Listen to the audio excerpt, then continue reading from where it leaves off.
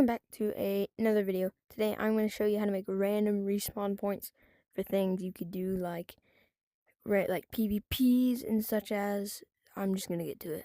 So the first obvious thing you want to do is pull out your maker pen. I'll show you now how to do that, but if you don't, click backpack, maker pen, use your palette, and look up vector components. Now place as many as you want.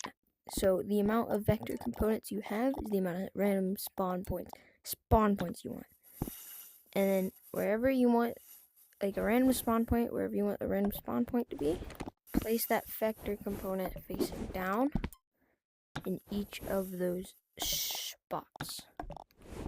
So that way you can so these vector components just represent your actual respawn points where you want the player to respawn. I'm just gonna put these in all four corners of my area. Now, recommend if you want it to be easier, move all of your vector component chips right next to each other, because that will make your life a lot easier. Okay, now you have all your vector components, but obviously they don't do anything. They're just there. They represent your spawn points. So you're gonna go back to your palette and get a list. A list create. So this list represents pretty much, well, a list is just a list of items or objects and stuff. And in our case, these items are the vector components. So that's the top parts to here, because these are items. Not the bottom part, the top part. So now we have all four of these items in our list. Now, depending on how many vector components or spawn points you have, if you have 5, then you're going to go into your list recreate and have 5 inputs. But if you have, like, say 3 or 4, then you're going to do that. So it just completely depends on how many you have. Now get a random from list. So this is going to get a random vector component or spawn point, just call these spawn points, from it.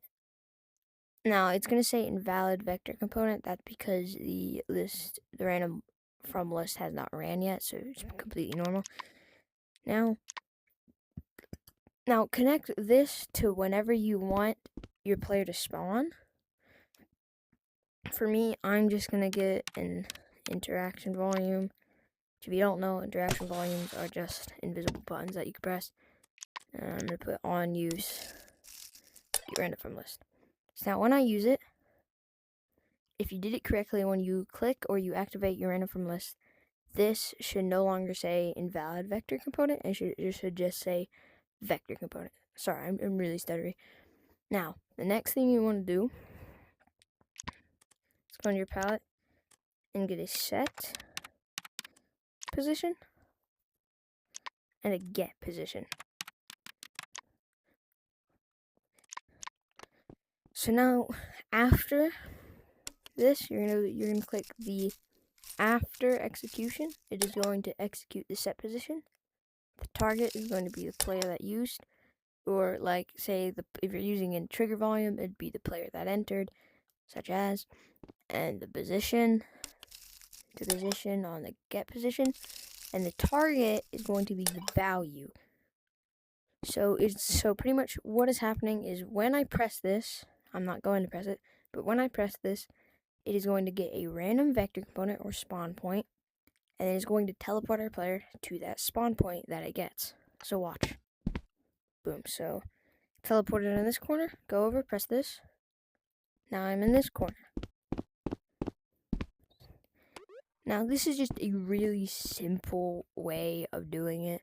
There's a lot more complicated ways you could make a random spawn point system, and with those you could add more things to it, but this is just the simplest you're going to get a random spawn point. So